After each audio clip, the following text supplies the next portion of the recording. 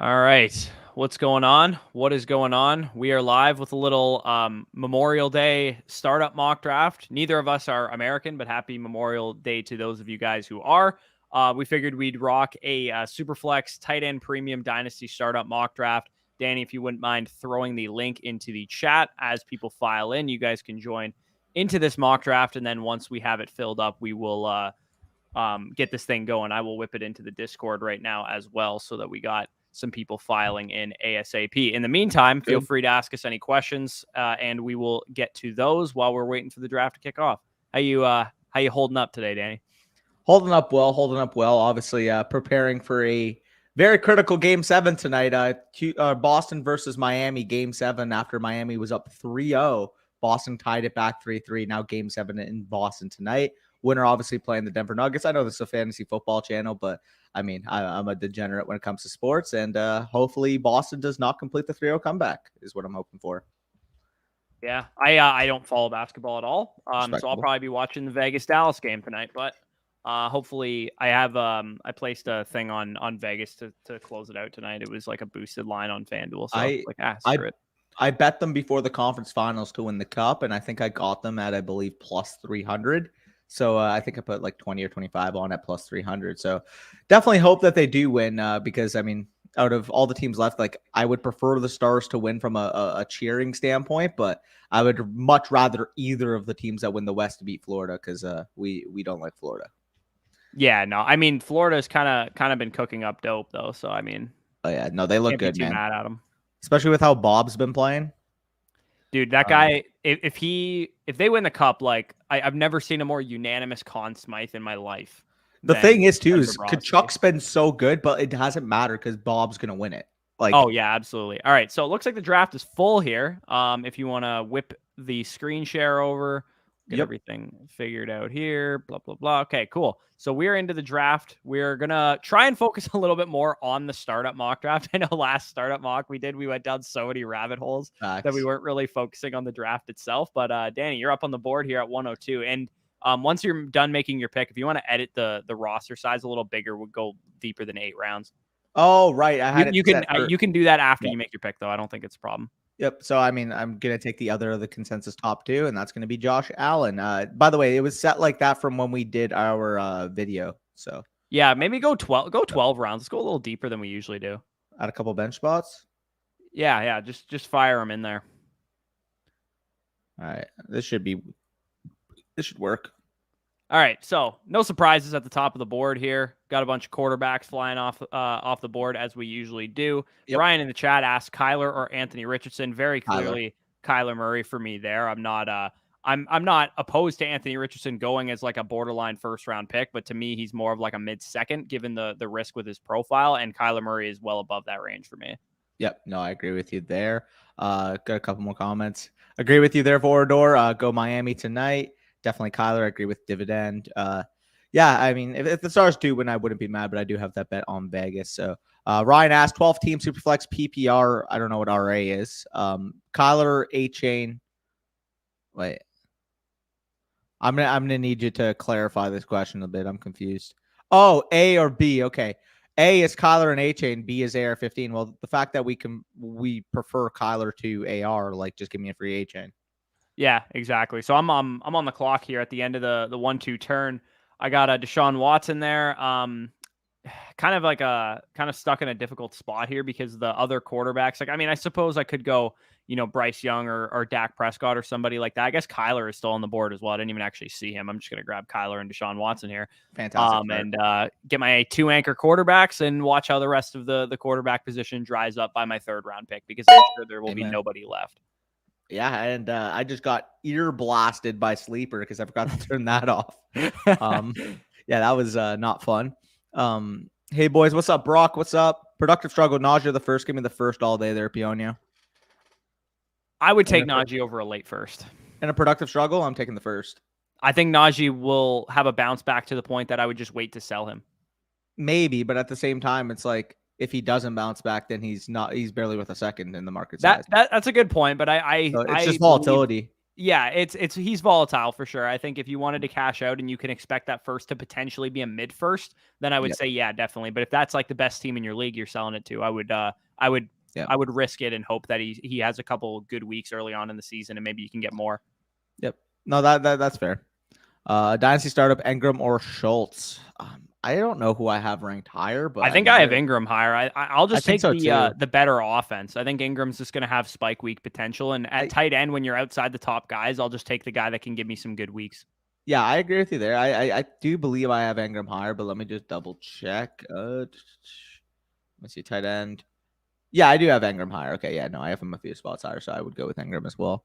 I don't care about basketball, but it'd be funny to see a comeback. Yeah, I mean, see, it would be one of the most like Mickey Mouse narratives ever because people are gonna be like, oh my god, like 3-0 comeback, never been done before. Boston's been favored in the last 3 games despite being down 3-0. And they were down 3-0 at one point. They were down 3-0 to the That's number crazy. 8 seed. They were favored in the last 3 games that they've won. And it's like, yeah, they're if they win 4 in a row, don't get me wrong, that's fantastic. But they're the much better team on paper, and they were literally favored in the 4 games if they were to complete the comeback when they were down 3-0. So I don't know. Be I an think all-time choke by Miami though, which would be hilarious. 100%. Like I still think the 2016 finals when the Cavs came back is just the much better comeback, but people are going to point to like 3-0 has never been done before. I think 3-1 against the best team of all time is more impressive than 3-0 against or when you're an 8 seed against the Celtics. Yeah, that's fair. All right, so looking at the board here, nothing too crazy. No crazy stuff here. Like Richardson goes off the board pretty high. Bryce still off the board pretty high. Dak there. We're starting to see some of these wide receivers peel off the board as well. Nothing too crazy. You're coming up here in a pick after. I'm assuming you're probably going to go wide out. Is that where you're leaning? Most likely going to go wide out here and see if Stroud falls back to me. Yeah, Kyle Pitts is here. I want 2 of. I'm gonna. If Jesus is watching and he wants to snipe me, so be it. I want 2 of 3 of Kyle Pitts, CJ Stroud, and Chris Olave. So I think it's the least likely that Pitts would fall back. So I think I'm going to take Pitts and hope one of them fall. It's third on reversal. Damn it. Some would argue Jesus is always watching. Wait. It's third on reversal. I didn't even realize that. Oh, we're doing a 3rd round reversal. Okay, I guess I didn't even realize. Yeah, it must have been set from a mock that we did. I don't know, but if I knew that, then I would have gone with the quarterback. So that's a fault on me. My bad. I don't even read my own rules. Okay, well, I guess I will. Given that I'm picking 112, like this is a hell of a position to be in for me. Oh yeah. With Watson and Murray already. Had I known this was 3rd round reversal, I may have even grabbed like Prescott or maybe not Prescott over Murray, but like I might have gone with more of a competitive build because I think. If you go 3rd round reversal leagues and you're picking 112 and you can stack up 2 elite quarterbacks or Bijan and 1 elite quarterback, it actually makes quite a bit of sense to try and position yourself to contend. I'm probably just going to grab a young wide receiver to build around though. And for me, the highest ranked receiver is Olave. So I'm going to grab him there. We also have Toronto Dave says smash like in the chat here. How we doing, fellas? What's going on? Brett. I was checking redraft point per game last year. I didn't realize how truly broken Hurts, Mahomes, and Allen were. Yeah, dude, they were so good last year. To the point that, like, yeah, they're going to be, like, more valuable in redraft this year, but I think that it almost has to regress a tad bit that the rest of the field of the elite quarterbacks is going to be closer to those guys, like Lamar and, Herbert and all those other dudes, Burrow as well. Yep. Do you think any quarterback will be able to break 24 plus points per game this year other than Lamar? So I'm assuming he means like other than Mahomes, Hurts, and Allen.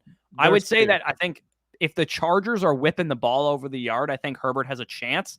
And I also think Burrow definitely has a chance anytime he's out there as well. The guys I was gonna say is, I mean, you guys are gonna see a lot of the redraft content, but I'm probably gonna be absurdly high on Justin Herbert because I think this is gonna be a team that throws the ball over 700 times. And when I'm getting 700 passing attempts from one of the best quarterbacks in the entire NFL with another 1st round wide receiver coming to the fold, like I'd be shocked if he wasn't a top 5 quarterback in terms of points per game, but he's not even being selected as such. So I'm definitely going to get a lot of value on him. So I think he can definitely get it. He can have this outlier 40, 45 passing touchdown type of season. And while he isn't known as a runner, I do think it can go further back to what he was a couple years ago rather than last year when he was dealing with some injuries. So I do think that he can be amongst that. And then, of course, the other obvious answer is Justin Fields. Like if Justin Fields continues, I think Lawrence can do it too. Yeah, I would say if I were to rank the likelihood from a redraft standpoint of any of these guys getting 24 plus, though, I think Fields would be my bet because you know he's going to give you 1,000+ rushing yards. And if he regresses to even a league average type of passer, like throws 23 touchdowns and, 35 to 4,000 passing yards, like this guy's going to be a high point per game type of scorer. And obviously the upside is if he develops into one of the best quarterbacks in the NFL, he has a Josh Allen type of ceiling in fantasy. Yeah, I think Lawrence has a legit ceiling to throw 45 touchdowns and win MVP this year, though, which is why I think that 24 plus points per game is in his wheelhouse as well. Brian says, who has a better year for fantasy as the Cowboys wide receiver two, Cooks or Gallup? I would say I would pick Cooks as the straight up answer, but at cost, I don't mind fading Cooks for Gallup. Like I think the between Lamb, Cooks, and Gallup, you're probably going to get about 3,500 between those three. You're going to assume that CD is going to be in that 1,300 to 1,500 range. I think one of the other Cowboys receivers is going to go over 1,000, but I think they're both going to be good regardless. And in best ball, if you're telling me Brandon Cooks was, a 1,000-yard wide receiver and Michael Gallup was an 800-yard, 8-touchdown wide receiver, if you're getting Gallup in the 15th round of your best ball, I think you'd take that any day of the week. Oh, and I have taken him quite a bit on Underdog. I believe he's like my 4th highest owned wide receiver or something like that. I've drafted a ton of Michael Gallup because I think just between those two guys at cost, I'll take Gallup knowing that Cooks is going to be like a 7th or 8th round redraft pick and Gallup will be double-digit round guy. Yep. No, I agree with you there.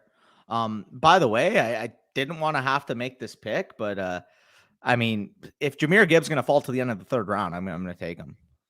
Yeah, so for those of you guys wondering why we did a 3rd round reversal, we didn't actually know we were doing one, but the reason that some people do 3rd round reversal is because the general consensus would argue that Mahomes, Allen, Hurts, like these high end top guys in Superflex formats are so much more valuable than the rest of the quarterbacks in like the late 1st round area and like the wide receivers and running backs that you're going to get there. So people do 3rd round reversal because they're arguing like if you don't do it, then you're going to have a massive advantage picking 1-1, 1-2, 1-3 type of area. So that's why 3rd round reversal exists in the first place, because, Allen and that area, if you're getting a late 2nd and an early 3rd, in addition to Allen, Mahomes, Hurts, those type of guys, it is a huge advantage. And I agree to some degree, but I actually think the pendulum swings a little too far when you go 3rd round reversal, to the point that I really like picking at the end of the 1st round if I'm playing in a 3rd round reversal league. Yeah, no, I do think, though, it is more fair than a typical startup because hypothetically in this startup, I got Josh Allen and Kyle Pitts. Like, yeah, Jahmyr Gibbs I got good value on, but I could have had Olave, I could have had Stroud, I could have had one of those guys. And then when you're entering that and you got that team behind you along with one of those elite quarterbacks, it's just super nice from a foundational standpoint to be able to build around. Yeah. Who's down from ETN, similar production and picking up a pick. So if you can pick up a 2nd on top of Josh Jacobs, I would be willing to do that. Same with would you trade ETN for Ramondre in a 2 or no? Yeah, I probably would. Yeah. What about Pierce? No. What about any of the older guys like Eckler, Chubb, Pollard, anybody like that? You could probably convince me on Pollard. Yeah, I think ETN is interesting. There was a lot of discussion about ETN yesterday on Twitter. I don't know if you saw this, but literally everybody was talking about Tank Bixby versus ETN. I tend to think that Bixby is going to have like a role, but it'll probably be like a small standalone, like low end flex play type of role, and then ETN's going to be like the 15 to 18 touch guy. And this offense will be good enough that I think ETN can be like a low-end RB1, mid RB1 with that type of production. I don't think he's going to have a top 5, top 3 ceiling, but I do think he can be like Aaron Jones. Well, that's the biggest wild card is what is his receiving production? Is it closer to the profile that he had coming in, or is it closer to the usage last year? Because last year he was kind of pigeonholed into this 2-down type of grinder workload that we didn't think we'd see. And yeah, he was one of the most efficient rushers in the NFL regardless. So we like seeing him have that workload, but the best path to paying off for ETN is using that movement ability, using that receiving prowess he showed from an analytical standpoint on his profile coming out of college, and being a 60+, 70+ target type of player. If they can get that type of usage and give him maybe 15 to 17 carries per game, I think he can have that high ceiling in this offense. It's just a matter of, does he recapsulate that receiving profile that he showed? Yeah, that's the question for me, because like I think it's Recapture. easy to just say that it's going to happen, but like, what is the likelihood that it does? Because I Yeah, think he probably would have been a more effective receiver last year had, or not maybe not a more effective receiver, but a more productive receiver last year had that happened. And it looks like Landon Moody is fired for auto drafting Cooper Cup here. sad. I'm on the board here. I mean, we're talking about it. I'm going to grab ETN here because I think at the end of the 4th round, I think this is like a worthwhile spot to take the plunge on him. And I do think we could be talking about it, even though my team is kind of more productive struggle because I have Kyler, which is like a dead giveaway that I'd be more of in a productive struggle. I think ETN could be a guy that even if you're drafting a rebuilding type of build, is a guy that can go up a lot mid-season that you can flip, and he's still young to the point that even if you were doing a 1-year punt, he'd be very productive next year as well. So I'm going to grab Judy, I think is probably my highest rated receiver. Damn. Yeah, I'm going to grab Judy as my other guy here. So I'm liking the way that my team's, stacking up. I got 2 stud quarterbacks, Olave, ETN, Judy. If I wanted to compete this year or like maybe a house money season, I would probably grab like a decent 3rd quarterback so that I can get by without Murray on the field.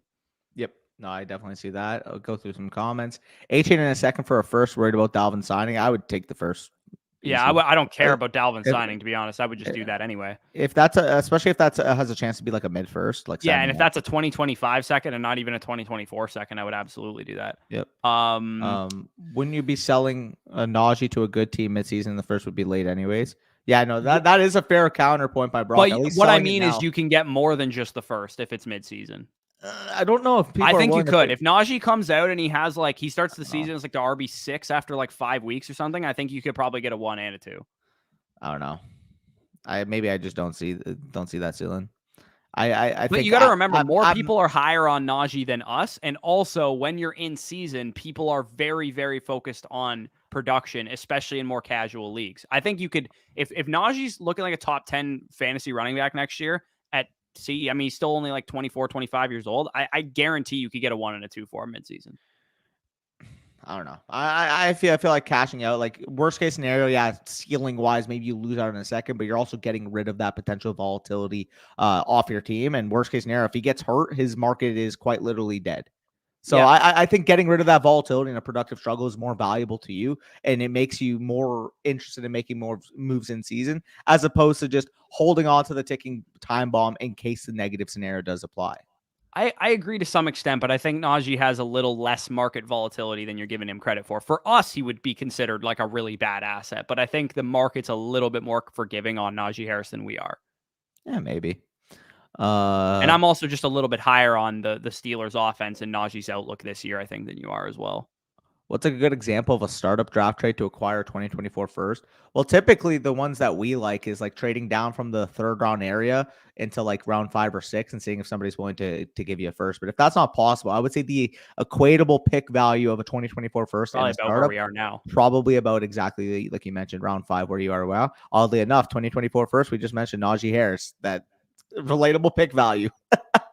Yeah, I would probably want something small if I was just selling a 5 straight up. I'd maybe want like a 10th round startup pick also in with the 2024 first. But yeah, like Danny said, the classic startup trades that I'm looking to make is like if I was on the board at the 311 where Danny was and I wanted to dangle Jahmyr Gibbs to somebody and they were going to give me the 5-6 in their 2024 first or something like that. Exactly. By the way, I got Calvin Ridley here. I wanted either of those other 2 guys that were taking this round to fall, but neither do. And the quarterbacks are flying off the board in this room, and that makes me even more sick for not taking Stroud.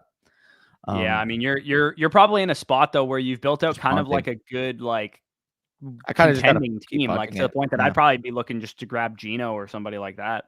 Yeah, no, I'm gonna grab Tony Pollard here, have the shell of my point producers on my team, and then add the quarterbacks later. Which I mean, I do have Josh Allen, so worst case scenario, if I built out a Geno Carr or a Geno Love or fucking, insert 2 other quarterbacks there. Even if you had to add punt really hard and go Stafford, Ritter, or something like that, or Garoppolo or something, it might not be the worst thing in the world.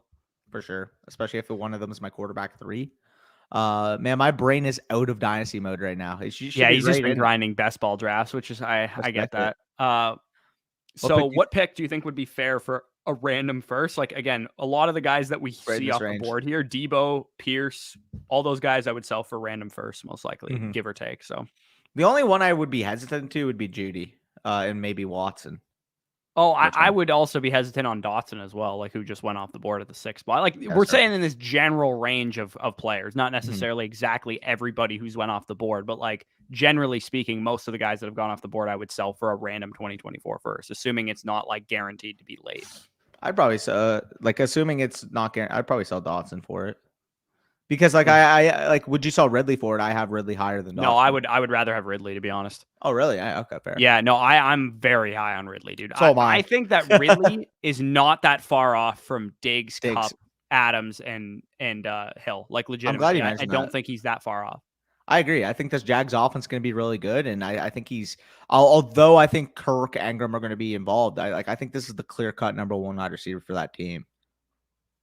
Yeah. So James asked this question already, but I would say Jacobs would be the main target for me, and then probably Stevenson, Pollard, Pierce area, maybe Walker if people are low on him in your league because of the Charbonnet thing too. Yeah, no, that's a good idea. Yes, please drop some likes if you guys are enjoying. Hit the subscribe button if you're new around here. Kamara for 25 first in a heartbeat. Done. Yeah, you could have said 24 second in a heartbeat, like Yeah, genuinely. no. So I have been like tinkering with this idea, and I'm definitely going to research into it more. So later this week or maybe early next week, I'm going to drop the video that I did last year, which was like the, running back age and touch apex, like updated with new values and shit. Cause how many people, all these running backs have more touches under their belt. Yep. The one thing I wanted to tinker with is if the relationship between ADP and redraft for aging running backs that have fallen off has the same relationship that we have for face planner rookie wide receivers, where when the market decides these guys are over the hill and we're like fading them, like for example, Joe Mixon's like a 6th round pick right now, instead of like the 2nd round pick that he was last year. What's like the hit rate on, like, how often is the market wrong? Just like we have for the face planner wide receivers when we give up on them after their rookie season. And basically trying to decipher the fallacy of whether it's what's it, the bounce back philosophy, basically. Yeah, like because I think philosophy. Yeah, because I think most likely those guys are going to end up being dead zone running backs. If we think of like David Johnson when he was going in that area, Le'Veon Bell when they were going in that area, like those guys were over the hill. Like if you looked at the numbers, if you watched them play, you knew they were like washed up. And I think the same can be said for Mixon, Cook, and Kamara specifically. And people are going to talk themselves into all three of these guys because of like volume projections and like offenses that they play in and that kind of thing. So for me, I'm gonna analyze the kind of difference between that and Ayuk is just an absolute value here. So I'm going to grab him. I considered him at the 5'11", 6'2" turn. So okay. So we did specify that this was tight end premium. There is zero chance in hell that George Kittle should be on the board. Dude, I got him at 7-2 in our startup in the no flocking league in the 1.5 premium. That's ridiculous, man. Like I get it. George Kittle like deals with injuries here and there, but like there should be realistically no difference, in my opinion, between Travis Kelce and George Kittle in Dynasty, because Kelce has probably 1 year left and Kittle is like 80% of Travis Kelce from a production standpoint and is, 4 years younger than him. Yeah, if like in this scoring setting in the 1.5 premium, if I were to say like the tight end ADP, I would say Pitts, I got appropriate value. Maybe you can even argue him a little bit earlier because of the premium, but Andrew should have been off the board, I think, in the 3rd round. Like Chan getting Mark Andrews in the tight end premium, 1.5 premium at the 4-4, I think it's a steal. Because again, once you get into that type of scoring format, debating between him, Metcalf, Diggs, JSN, etc. there, like I'm just going to take Andrews because I do think from a production standpoint, you're getting a tight end that can have over 140 targets. You're getting a tight end that can have over 1,300 receiving yards, and adding that 1.5 premium for that type of volume, especially in an offense that should have its most passing volume this year under Todd Monken that we've seen from Baltimore in the past. There's an opportunity, I think. Again, I think Kelce's going to be the tight end one in redraft, but if you were to tell me that Andrews was right on par or at least within a point of what Kelce was this year, I think that's a plausible scenario. Yeah, and I mean, from a dynasty perspective and a redraft perspective, I'm going to own an absurd amount of George Kittle, an absurd amount, because I think he's right there with those guys. He's got the ability that they have. Like it's a matter of like offenses passing and like situational factors that we know with tight ends are not necessarily predictive year over year. And when you're just like one of the best tight ends in the league, like Kittle is, I think he's probably the 2nd best tight end in the NFL. I'm just going to take the ability that he has. Yeah, no, I agree with you there. We are on the clock here with Han. Let's see where Han leans. But let's get into some comments. Testing a strategy Yeah. since no quarterbacks fell to my favorably. Thoughts on Team 8? So let's look at you. A Molotov Team 8 got Jefferson, Brown, Tyreek, Adams. You got Kirk Cousins at the 5-5, Mixon and Dobbins. I think you got a really nice shell here. Obviously, a lot of PPR ceiling here. If you grab, a couple other guys like your Genos, I mean, we're going to be competing for the same quarterbacks, but like your Genos, like your Aaron Rodgers, guys like that. If you can build a couple of those guys and keep adding to that foundation, maybe one productive tight end if like Goddard falls, I think that's a nice shell for you. Yeah, I think the only thing I would have changed about this team is probably grabbing Geno where Mixon went. And then you would have had your two quarterbacks already, or just maybe grabbing Dobbins a little bit earlier or something like that, and then grabbing Geno later, or maybe like I don't know. For me, I just don't like Mixon at that value, and you probably could have built out like a little bit more of a zero RB type of shell if you just wait on the running backs, fill out your wide receiver, quarterback, and tight end cores. I probably, if I were to change the situation because you built out a competitive team, I would have just taken Kittle where you took Mixon. Yeah, I agree. Because I mean, with Mixon, it's interesting because in a lot more of like real like dynasty leagues, like not like startup mocks, Mixon's more so a like 10th round pick in most leagues, like that I've seen go off the board startups this offseason. Like I think the earliest he went was our Devi Disciples League. And what round did he go in that one?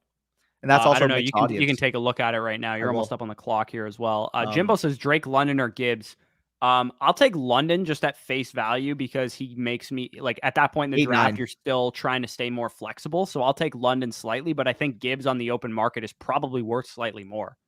I would agree with you there. I think face value, I would personally just take Drake London because it gives you more flexibility. But like startup situation, you have to pick one. I would take London. But if you're competing, you have a ton of, like really, really valuable players, a nice shell, depth at wide receiver, and you just need a running back to get you over the top. I do think that Jahmyr Gibbs, from an equatable value standpoint, is similar to London. So I wouldn't mind that pivot. Especially if it's not in a startup scenario. I read that question as like in a startup draft, who would you draft? But I guess if it's a trade, then yes, I would say it would depend on your team, and I would take Gibbs if you needed a running back for sure. For sure. So I'm back on the clock here, looking at some wide receivers. I'm between like Terry McLaurin and Amari Cooper. I gotta check who I've hired because they're probably relatively close for me. Pittman, Godwin, DJ Moore, Marquise Brown. I have Terry a little bit higher, so I will go with Terry McLaurin. I would like to make a hot take right now. What's up?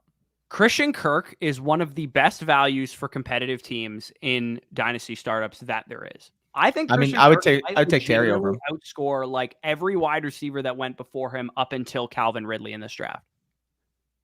I think you could argue that. I would still take Terry over him in dynasty.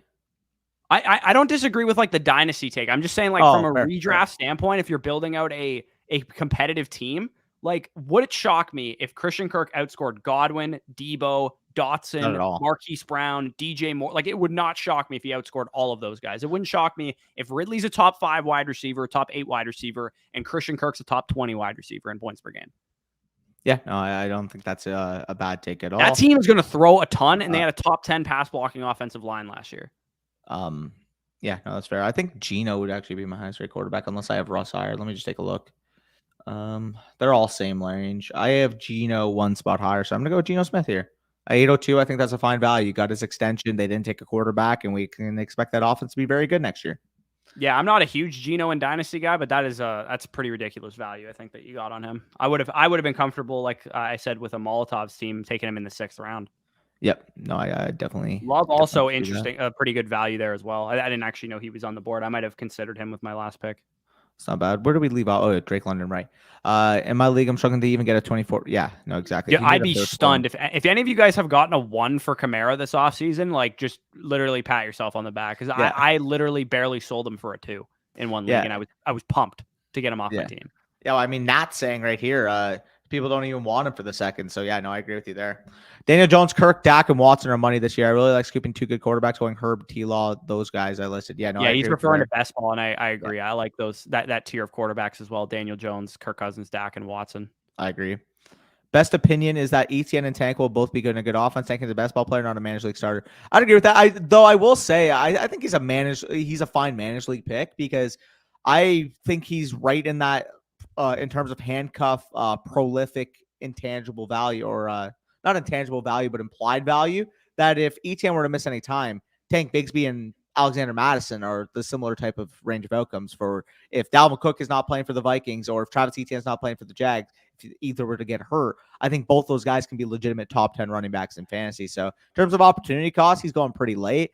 I'm going to have a ton of both. And people are going to argue back and forth who's better, Tank or Etienne. I think that's a foolish stance, in my opinion, because Etienne already showed he can be a high-level NFL rusher, whereas Tank Bixby still has flaws to his game, still hasn't showed on an NFL level. So I don't know why the comparison is player to player, but rather the opportunity cost. If you are uncomfortable taking Etienne let me just pause for 1 second. Landon Moody, he says he's back, but you're still on auto, so make sure you turn off auto pick before your pick comes up. Continue. Okay. Well, what I was saying, the battle is people are going to argue, Etienne versus Bixby. If you're uncomfortable taking Etienne high in your draft because you're worried about the ceiling with Tank there, that's a fine take, in my opinion. It's a fine Tank take. Well, that's what I mean. It's a fine take because I do think Tank is going to be somewhat involved. However, it's not a Tank over Etienne debate. It's a Travis Etienne going in the 3rd or 4th round versus Bixby going in, the 12th or 13th round type of take. If you're uncomfortable with the Etienne ceiling because of Tank being there, you just get a ton of Tank. And vice versa. I'm honestly just going to have a ton of both because I think Etienne is a really, really good real-life runner. And I also see the value of Tank if Etienne were to miss time. Already had that Liz Frank injury in the past in his NFL career to step in and be a James Robinson plus for that offense. And we saw when James Robinson was healthy the last couple of years prior to him leaving the Jags, he gave you RB2 production. And I think Tank is a much better football player than what James Robinson is. So honestly, I think the answer is I'm just going to have a ton of both, depending on where their opportunity cost, depending on where their ADP value actually lands. Yeah, and I fucking hate the board right now, if I'm being honest. Like, it actually sucks. So I'm probably, if I was in a real draft, I would probably be looking to trade down. I think Charbonnet is a pretty good value here, so I'm going to grab him. Yeah. I'm not like, ecstatic about that pick because I kind of built out, like I said, like kind of a 1-year shell, maybe like a house money contender. So I think Charbonnet is decent in that kind of format. I think this would maybe just be like a hope he signs with a good team pick, but I think D-Hop will probably go higher than this in terms on the trade market the second he signs with a team, whether it's a bad team or a good team. Like if he goes to Carolina, I think he would still be going higher than this. Yeah, no, that's a good pick. I was hoping actually he fell back to me, oddly enough, but I like that. Let alone if he signs to Kansas City or Buffalo, he'll probably be like a 6th round startup pick or something. Mm-hmm. More dropbacks this year, I bet. Yeah, I can see that. Tom fired. I bet Tank at 6-8 touchdown. The Etienne is their main guy. Both pay off. I agree with you there, Brock. That's basically the point I was trying to make. What picks would you trade Olave for in the rookie draft? Well, I actually quarterback rookie draft. The only pick I would probably trade for him is 101. Really? Or sorry. Okay, let me rephrase. He says a 1 quarterback rookie draft. The Olave is worth the 102 in that draft. Yes. No. That's what I meant to say. And by the way, David, if you're unsure, other player values and stuff, we have trade value charts live on our site right now. And if you sign up, you can get a 2-day free trial to check those out using promo code FSE. So if you want to go check that out, definitely do that. We have the answer to this question for the like 150 players. Well, much. The question I had, the reason why I said top 3, 103 is, would you do 103 in a 2024 second for Olave in that format? Basically JSN in a second. I would rather have Olave than JSN in a second. I think I would in a 1 quarterback. I think I would as well. But if somebody was high on JSN and they made that move, I think that's like the lowest that you can go in that scenario. Yeah, I read this question as like, what pick one for one would you swap for Olave? To me, the answer is 102. It's Gibbs plus like a third would be like about Olave for me. Yeah. What pick would you take Pitts? Well, tight end premium. I think Pitts probably should go as high as like right after Garrett Wilson. Probably like once that tier of receivers off the board, you can make the argument he could go higher than that. Well, I think about this on this board, I would say he should have gone 209 if it was a 2-point tight end premium. I would take him over AJ Brown in a 2 premium. 2 premium's crazy. 2 premium is crazy, and that's what I mean. Like you could definitely make the argument that he could go as high as like 2.5 or something like that. But I personally would still take Prescott, Young, and Richardson over him, even in a 2 tight end premium. To be fair, though, I would be shifting Young ahead of where McCaffrey went. Well, so McCaffrey wouldn't go that high, obviously. And then Dak, I guess. Yeah, Dak would also be up. So I mean, he'd go around like the mid-second round range, though. Yeah, that would be the point. Yeah, pretty much. What would you need on top of Olave if you trade Devontae and Pittman for him? Well, I'd probably. I want something on top of Olave if I was giving away 2 guys like that. Deontay? Yeah, somebody in like the mid second round range. Like if somebody had Elijah Moore on their team, like Yeah. Olave and Elijah Moore for Devontae and Pittman, like I'd probably want like a mid 30s to early 40s wide receiver in dynasty ranks or a second rounder. What would you rather have, Olave and Mike Williams or Devontae and Pittman? If I was competing, I'd take Olave and Mike Williams. I would too. So that would be the difference there. I think Pittman's, I talk about him in the video I recorded this morning is going to go live tomorrow. I talked about 10 contract situations that you need to pay attention for dynasty wide receivers. And Pittman's I talked about specifically because there's so many like avenues where he can lose value with Richardson, maybe not looking good. That's going to affect his value. If Richardson's, if the offense around Pittman is very run heavy, that's going to affect his value. If Pittman himself has another down season like he had last year, that's going to affect his value. So for me, he's a little bit more volatile than, Smith, obviously he's a great option, and Olave as well. Pittman is like less appealing for me than maybe for some other people. Yep. No, I agree with you there. Yeah, dude, Ridley will be a second round pick by the time August comes. I guarantee it. I'm not even looking at the rest of the board. I love getting Mike Williams at the 9-11. I'm going to actually be a Mike Williams guy this year because honestly, I think he's a great contending wide receiver. If you guys need a flex play at wide receiver, he's an awesome guy to go after. I traded earlier in the offseason. Now, I don't think you're going to get a ridiculous value like I did on him. I traded away what was like the 210, the 304, 308, and like 2/4 for Mike Williams, AJ Dillon, and Alexander Madison. But like realistically, you can get Mike Williams probably for a mid to late second rounder in most formats if the guy holding Mike Williams is not a contender, if he just wants him off of his roster for a pick. Yep, agree with you. So look at my team now. I'm actually really pumped from a contending team standpoint. Josh Allen, Jahmyr Gibbs, Tony Pollard, Devontae Smith, Calvin Ridley, Kyle Pitts, Terry McLaurin, Mike Williams, Tyler Lockett, Geno Smith. I ended up securing that stack as well. If I was contending and this was my squad, I'd be pretty damn happy, other than just needing one more quarterback 3 to this team. Yeah, no, it looks like a pretty solid squad there. What else we got here? Jameson Williams needs to go. He will be great long term. Yeah, I don't know. I'm not sold on Jameson Williams. I don't think Ridley's a trap at all. He's a top 5 receiver last time he played a full season, and he goes to an offense with a way better quarterback than he played with the season he finished top 5. I don't want to buy Stevenson with Addison. If I'm moving Addison, I would need like a Barkley, to be honest. I would move even him if for you had I would move him for Jacobs or ETN. Yeah. That's probably the lowest running back I would accept. Yeah, I would agree. In exchange for Addison. If your league isn't valuing Addison, you said you're wide receiver 6. Just find somebody on your roster that might be a little overvalued right now, and then trade them for a running back as opposed to Addison. Because I don't think Addison is overvalued right now. I think he's undervalued. So I would rather sell one of your wide receiver 1 through 5 for a running back, whoever's overvalued. Yep, agreed. Ravens are going to throw more, and Andrew's going to cook. I agree with you there, Brock. Hey, boys, thoughts on Team 6? Got sniped on JMO there at the 7-7. So looking at Hand Squad, he's actually on the clock right now, oddly enough. Ends up going Sky Moore. Trevor Lawrence, Garrett Wilson, Breece Hall, TJ Hawkinson, Jared Goff, Dotson, Levis, Moore, White, and more. The thing that I personally would change with this is this is not a lot of direction. Yeah, that's my problem with it. The tricky thing here is, like, I would like the team a lot more if you had Dak Prescott, you had the Hawkinson pick instead of Hawkinson ended up being a wide receiver. And then with the Goff pick, you end up going with a tight end or a wide receiver at that spot. Just because I do think that I'm a little bit nervous of pushing the mid-tier quarterbacks up the board rather than just taking Dak at that second round spot. As much as I love Garrett Wilson, I just think that team, if you were to have double anchored at quarterback and then added your wide receiver and, tight end later on, because I do think TJ Hawkins at 4-6 is pretty egregious. I'm not going to lie. Him going 1 pick or 2 picks after Mark Andrews, it just doesn't float with me. So for me personally, again, Dak Prescott instead of Garrett Wilson at the 2-7.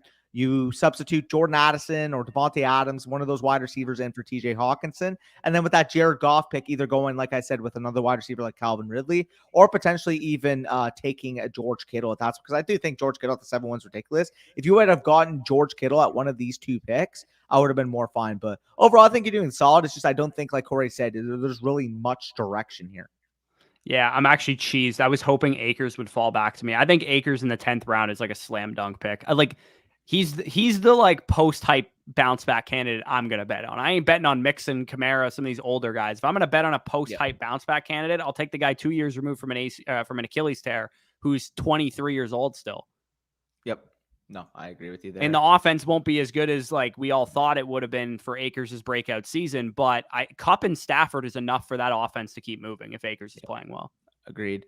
How do we get into these, and are you doing another? So to get into these, they're available first through our Flock Discord. I mean, Corey, you can get into plugging that in a second, but first through that, and then if we still need some more, I always plug it in at the beginning of our YouTube chats. Yeah, and for what it's worth, if you guys are in our old Discord and are subscribed to our old Patreon, that stuff will be I'm nixing them May 31st. The old Patreon, you won't get any more charges, and the old Discord will be shut down May 31st. So make sure you're in the new one. The new site, new Flock Discord, all available, Flock Fantasy /FSE. So I'm on the board here, and the guy that I did want to fall to me did, though, and that's my guy, the guy that I've been standing now for a little bit, Brock Purdy, the future quarterback. I guess I just love the Niners stack. I grabbed the Ayuk, Kittle, Brock Purdy stack there.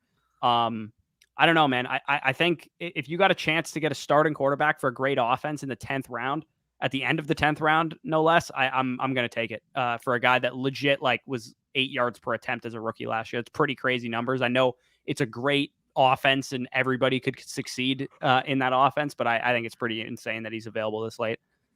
Yeah. Andrew's value is dude, 4-4, like I was mentioning, 4-4 for Andrews just should not be happening, especially in a premium. Like even if that was just a normal non-tight end premium, I think 4-4 is a steal for Andrews. Like, sign me up. Yeah.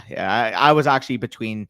Oddly enough, if I hadn't gone Kyle Pitts there, if I had instead went with Olave, I would have taken Andrews instead of where I went Smith. And that's actually an interesting question. If you had to make the choice, Corey, between having Kyle Pitts and Devontae Smith versus Olave and Andrews, like which side would you lean? I'm taking Olave and Andrews for sure. Really? Yeah. Oh, absolutely. Yeah. I think Andrews and Pitts are a lot closer than Olave and Smith for me. That's also, I just grabbed Njoku there in a tight end premium. I think he just shouldn't be on the board. And I built up kind of like a 1 year punt type of shell. So I think I could probably sell him at some point if he has the breakout season that I think he's going to, and a 1.5 tight end premium. I think I should be able to get more than 11th round startup value back in return. Yep. Mayor Laporta. Give me Mayor all day there, Buster. Yeah, we did get some camp buzz out of Laporta today, though, that he looks like the best tight end on the field, or the best player on the field at Lions camp or something like that, though. Yeah, the Jags also do have some easy teams on that schedule. That's an interesting point. Yeah, so back to the London versus Gibbs startup question that this guy asked here. He says the guy who took Gibbs already has Brees and JT, so he was offered Gibbs for Drake. Oh, so he offered Gibbs for Drake. My wide receivers are Smith, Burks, Devontae Adams, Drake, London. So I don't know how this would affect if you're in a competitive window and you need running backs and the rest of your team is loaded, then I'm okay making this trade. But otherwise, if you're not ready to compete yet, I would just hold Drake London. Who are your running backs here? Yeah, that's what I'm asking. Like, who's your quarterbacks, running backs, and tight ends? Like, the wide receiver core is good enough, I would say, if the rest of your team is loaded to compete. But if you're kind of, dancing on thin ice here, then I would probably say that I would just hold London. Yeah. No, I agree there. Jimbo, don't do that. Take Drake over Gibbs all day. Try and swap any. Yeah, I agree with you there, Han. I don't think you're going to get Gibbs for Smith, though, who would be your second highest valued wide receiver. Yeah, I mean, even if you have to add a small, I would rather do that than give London personally. Or if he really likes Treylon Burks and you can add, Treylon Burks. Nobody likes Treylon Burks in my experience. I can't sell that guy for fucking shit in any of my leagues. Just keep him then. Yeah. Tank is, no, I agree with you there, Brock. If I'm doing a pseudo rebuild and I got ETN, should I shop him and what for? Depends how deep your rebuild is. If it's a 1 year punt and you keep ETN, like that's not the worst, though. I would still try to see the market on him if you're able to get, a solid price for him. But if you're like 2+ years and you can't win in the next 2 years, like I said, there is no point on having him on your team because by the time you're ready to compete, he's a 25 going on 26-year-old running back that has no market value. Yeah, and I also think with ETN, you're probably better off. Like, yeah, shop him and see what you can get. But unless you can get a 1 and a 2 for him, I would say you're going to get that for him mid-season. Yeah. So I probably wouldn't sell him at the moment. Just for like, if somebody offered you like a late 2024 first, just don't take that for ETN yet. I think if you're worried about Bixby, everybody else is. So you're probably better off just kind of seeing how it plays out, especially early on in the season. We might see ETN dominate the workload, and then you might be able to get way more than than a first and a second for him. Maybe you can trade him straight up for like a struggling Drake London or something. Yeah, Jimbo, if you already have Bijan and Dobbins, I feel no pressure to go out and secure him, to be honest. Gibbs. Yeah, if you have another, I don't know if this is a one quarterback league or whatever too. If you're locked down at quarterback and tight end as well, your team's probably good enough to compete. I would probably just hold. Yep. Value charts are pretty dope. Yeah, appreciate that, Brock. Appreciate that. Yeah, and we do have them for one quarterback leagues now as well. I don't think I ever plugged that on YouTube, but they're available for Superflex leagues. We went like 50 deep at quarterback, like 65 deep at running back, 75 deep at wide receiver, like 40 deep at tight end. And I also went and did all the values for one quarterback leagues as well. And I'm going to make sure to continually update that, every couple months or so, especially once we start getting into some like camp news and risers and fallers. And we'll probably make videos too, based on who's rising and who's falling on those trade value charts. Yep. 12-man Superflex PPR, 1.85 tight end premium. I've gotten JJ, A-Rich, Pitt so far. Should I move up to the 301 and give up my 405 and 908 to... Yes. If Kyler's still available at 301 and all costs are your 405, 908, go get Kyler, dude. You're going to have Kyler, JJ, A-Rich, and Pitts as your nucleus. Yeah. Sign me up. Let's literally just take the guys that went 405 and 908 this draft. Travis Kelce and was 908 was Aaron Jones. Travis Kelce and Aaron Jones. Which one are you taking? Travis Kelce and Aaron Jones or Kyler Murray in a super flex league? I'm going to take Kyler Murray. Yeah. Diggs over Devontae Smith is kind of wild. I think I would take Devontae Smith. I agree with you, Jimbo, but I think it's fine. Like if you're competing, I think Diggs is still going to be good for you, but I would take Devontae Smith given the age complex there. Thoughts on team one? Let's quickly look at it. So Jesus here. Jesus. He's in the chat. Bobcat Jesus. Mahomes, you are Jesus, in fact. Mahomes, Stroud, Metcalf, Barkley, Freiermuth, Burks, Cooper, Sanders, Brian Robinson, Evans, Madison, and Howell. So if we're looking at it right here, I like the first four picks are fantastic value. I like what you were able to do there. Freiermuth at 512 is a little bit early for me, especially when you consider that Goddard went at the 7.9 and Kittle went to 7.1. I just think that's early for him. Like if you had gone, obviously you wouldn't have had Ridley, but like Dotson there or one of these other wide receivers. Or one of the backs even. He could have gone Pollard there at 512 and I wouldn't have hated it. Yeah. Given that he took Barkley, I think grabbing Freiermuth is kind of counterproductive because you should have taken Kittle because he's the competitive tight end and you grabbed a running back who's 25 years old, which means you kind of automatically put yourself into a competitive window. So what I probably would have done was grab Kittle and then at 6-1, again, Burke's kind of a counterproductive pick there. I probably would have grabbed Debo or DJ Moore or somebody that was going to give you a little bit more production.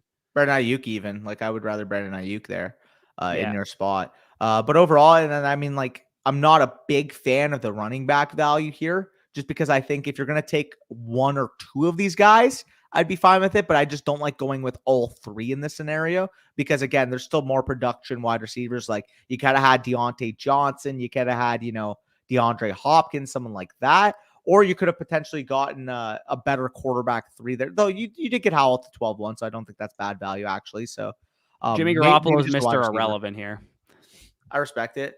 But let's smash out some comments then. Danny thinks he's going to beat my team year one. Oh, I'm going to beat everyone's team year one with this team. That is actually facts. The best value in all of fantasy is whoever the 49ers chooses to start a quarterback. Thoughts on team 9? Never played Superflex or done any mock, so I went in raw. It's never a bad idea to go in raw, but all jokes aside.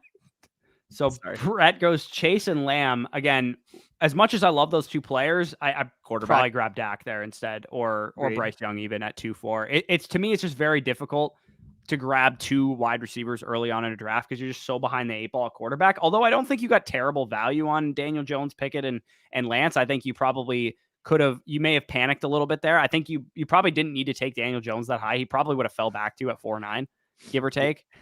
Yeah, no, the way I view it here is that you fell behind the 8-ball at the quarterback position in your first 2 picks, and then you tried hard in the next 3 rounds to make it up for it. But the problem is the value of taking these guys ahead of the tier that you're supposed to, because I think you probably took Daniel Jones around early. You probably took Kenny Pickett around early. You probably took Trey Lance around early instead of just taking Dak here and getting one of these guys. Rather than going all 3 is probably what I would have fixed. So overall, I still think like you got a good shell. I like how you're able to add your wide receiver depth. I like you were able to take your flyer on tight end premium, Dalton Kincaid there. I just think that personally, from a structural standpoint, you would have been better at least taking one of the quarterbacks with one of these first 2 picks.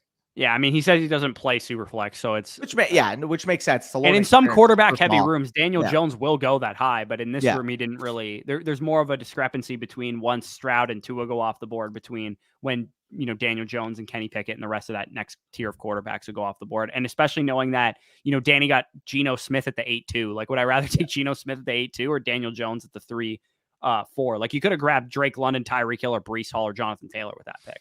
Yep. Like, and instead of the 8th rounder, like you got Bateman in the 8th round or even Kincaid pick, like you could have gotten a quarterback there instead. For me, I think you kind of just panicked a little bit too much, but like you said, you don't really play Superflex. So, that's a good point, Brock. There. That's a good point. That's a good point. Chaotic asks, is there a link for the new page? I'll drop it right now. For sure. Well, yeah, it would be on Flock Fantasy and Corey's going to be dropping the link for you there. And it would also be linked in the comments as well too. Yep. Or sorry, linked in the description, not in the comments. But I did just drop it there in the live chat. Hey guys, what do you think the year 1 ceiling of the top 3 rookie wide receivers is this year? This is a fun question, actually. I will say if I were to bet on any of the top wide receivers this year from a redraft standpoint, I think Jordan Addison's going to have the best season, and he's the guy I would value most in redraft because he's got the path to being the number 2 target on a high-powered offense. So for me personally, Jordan Addison, in terms of ceiling, I think he could be a top 20 receiver, probably. Fringe, I don't think exactly what Devontae Smith did, but like in that type of like frame, if you will. Like maybe, 1,000 to 1,100 yards. Maybe what like Jerry Jeudy did this year. Jeudy was, I believe, wide receiver 18 in points per game. I think that's about what you're looking at, again, at Jordan Addison's ceiling. It would be I'd be very impressed, as much as I love Jordan Addison, if he was any better than that. Yeah, that would just mean that he's just fucking built different. JSN, I think, is going to be more of like a game splits darling than he is going to be like a raw production guy. Like, I think if we get Lockett or Metcalf missing any games or like as the season goes along, we're going to see good peripherals for JSN. And that's what we're going to be excited about. Not necessarily like he's going to be raw production elite his rookie year. He's going to be the type of guy where you're tracking his usage numbers, and anytime it starts showing where he's working more into wide receiver 2 sets is when you buy him, despite his, raw fantasy points not equating. Because I do think he's going to have somewhat of a slow start. You're playing. I didn't draft him in any rookie drafts, and I'm actually kind of excited for that because I think that he is going to have a slow start, and I might be able to get a slight discount on him. I think people are not going to be totally just willing to sell JSN because he's JSN, but I do think it might be a 90% discount rather than like a 100 cents on the dollar kind of thing. Yeah, I have a hard time seeing people selling cheaper in Dynasty. I think more so in a redraft because I think people are still going to draft him high because of the hype he's had in redraft. And I think he can get it to a slow start. And we see it all the time in redraft that if the instant gratification doesn't happen right away, people do not want to hold on to upside. And a guy like JSN, he's the type of guy, like you kind of said, game splits wise, where the last 8 games of the year, he's this 18 PPR points per game wide receiver, and we're drafting this guy in the 2nd round next year. Like I could see a plausible scenario where maybe not exactly what Olave did, but how Olave showed out at the end of the year in that Saints offense could be what JSN is in a better offense for the Seahawks this year, albeit more target competition.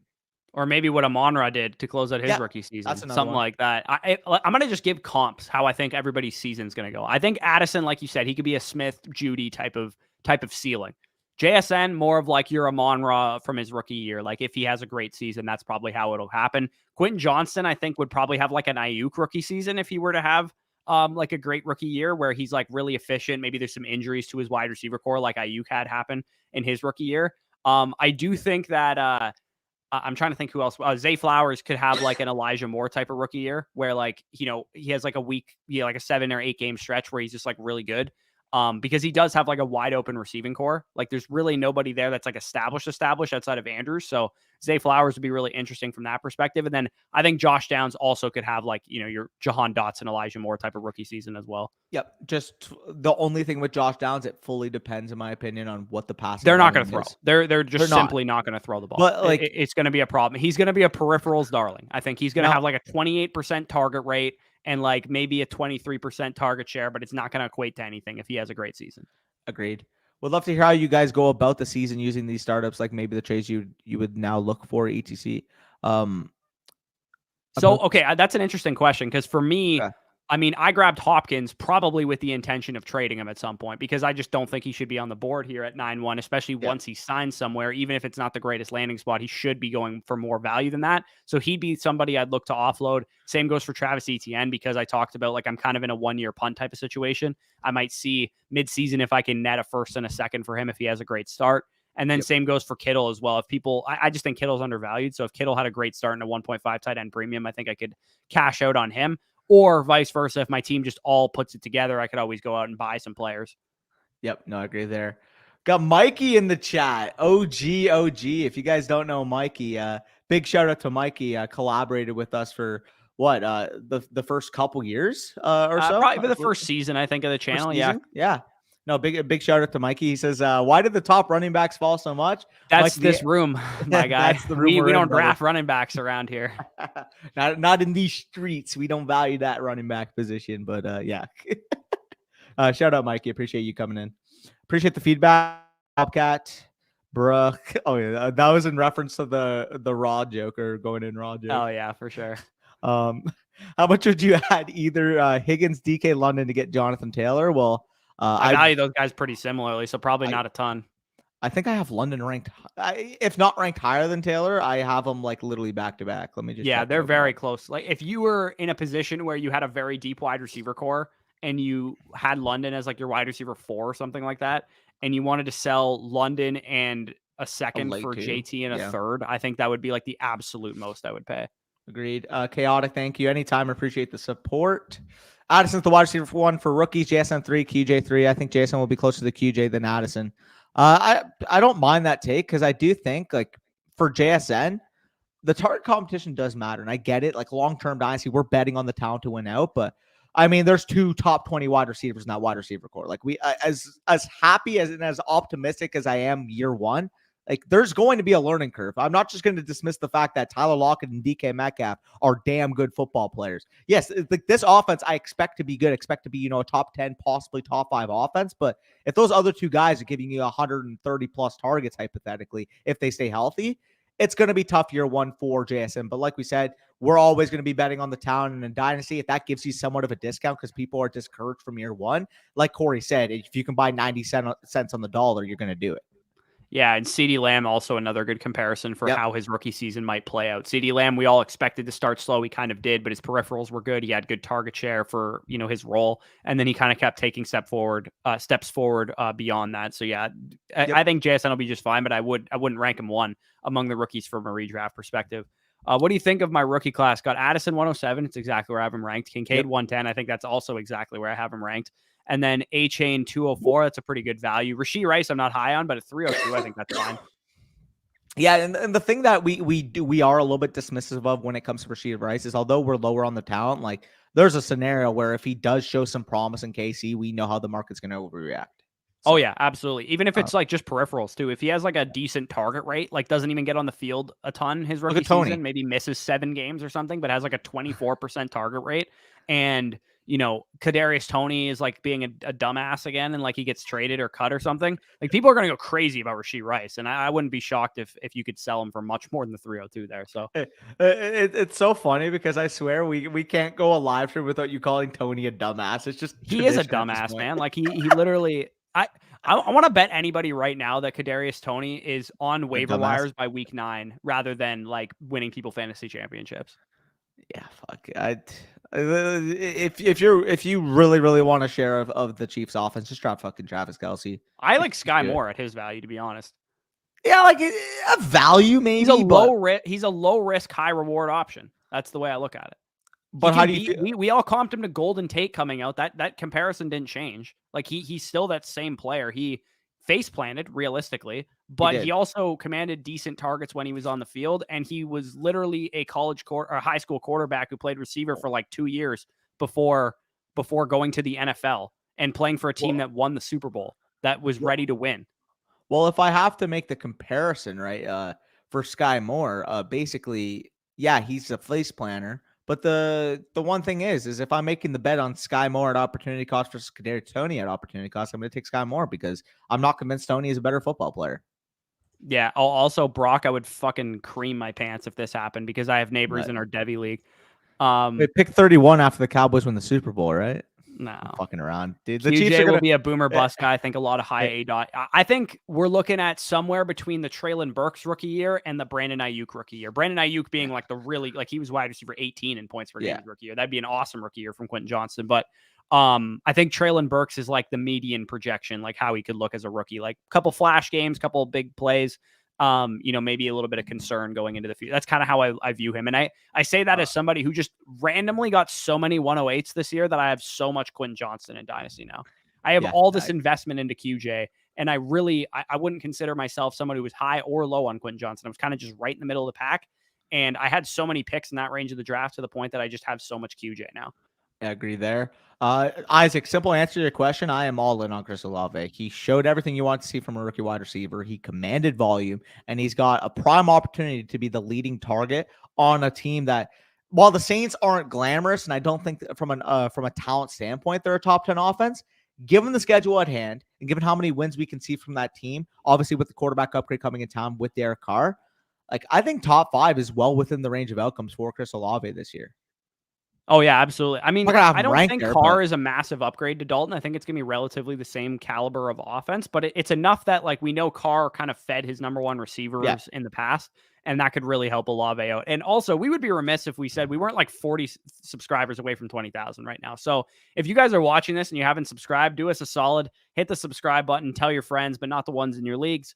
And because we've been on this grind, starting this channel about 2.5 years ago, or no, 3. It's been 3 years. Yeah, it's been over 3 years now. Yep. We started this channel in March of 2020, and we're almost closing in on 20,000 subscribers. So big shout out to you guys for all the support here, and we're super pumped about everything that's happening with the new site launch this year, and the new sponsors that we've picked up recently, and all the support you guys have been showing to us. So really, really appreciate that. I can't believe I haven't talked about that really at all in the past couple of weeks.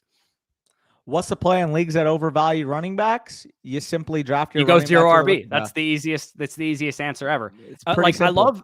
Sometimes I hate that we can't give one size fits all fantasy advice, because it is very league dependent. Because we talk about like going 0 RB, but you can't do that if everybody's drafting like this board right now. Like it's very difficult to go like 0 RB in a league like this, but it is very easy to go 0 RB in a league where everybody is overvaluing running backs. So hopefully you guys play in leagues where there's a lot of groupthink. Well, let's just say a prime example would be what the draft that we did in our video. It was this one. Here, let me just share my screen here. But this was a draft that we did on a recent video, the number 1 dynasty rebuilding strategy. If this is how your league drafts running backs, and we're talking 1, 2, 3, 4, 5 going in the first 2 rounds, another 3 in the third round, another 2 in the 4th round, or 3 in the 4th round. If this is how your league drafts running backs, just do what I did, or just do what Corey did, where you grab your shell, you grab your quarterbacks, you grab your elite tight end, you grab some elite wide receivers, and you get good value at your quarterback. Or for me, you grab your 2 quarterbacks, you grab your 3 elite wide receivers, a nice value at quarterback 3, and then you just build your nucleus.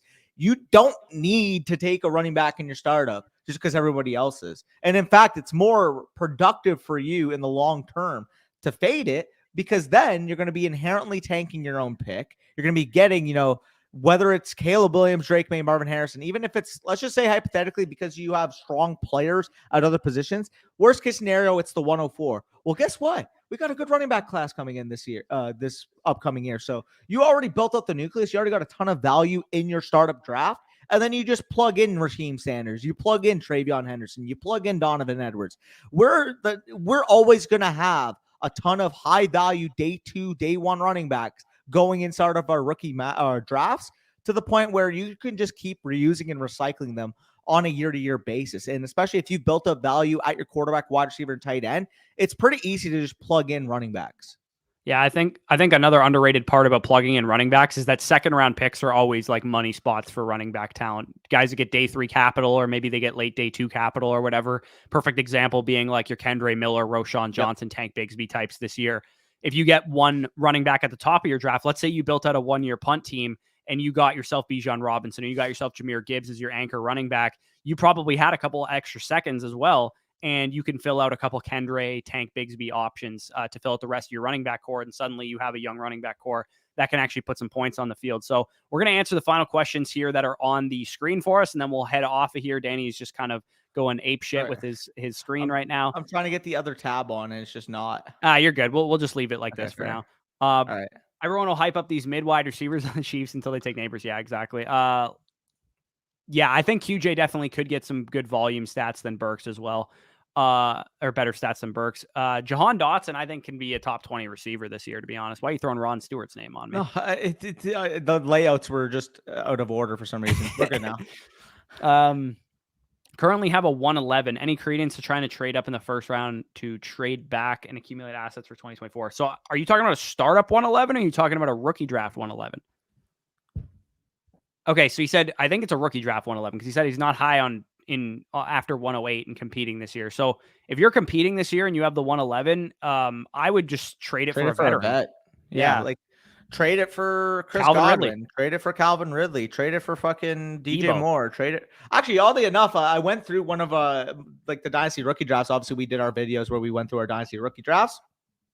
One of the trades I ended up making when on the clock was the 111 and the 310 for DJ Moore.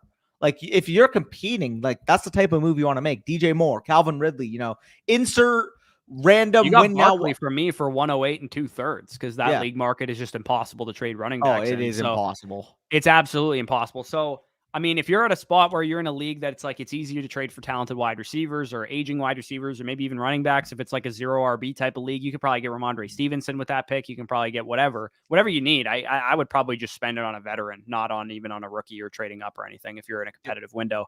Appreciate it. That, time to get bit TV.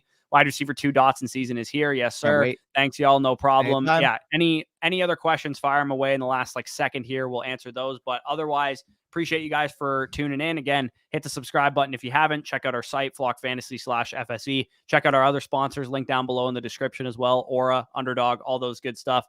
Appreciate it. No problem. And we are going to head off here. So enjoy your Memorial Day. Again, we're Canadians, so we celebrate our version of Memorial Day in November, and it's called Remembrance Day. But definitely enjoy your barbecues and all that stuff. And anybody who's served in the military, appreciate all the sacrifices you guys have made for us as well. We wouldn't be able to sit here at 3:54 on a Monday afternoon if it wasn't for that stuff. So really appreciate that. All of you. Yeah. So peace out, guys. We'll talk to you soon.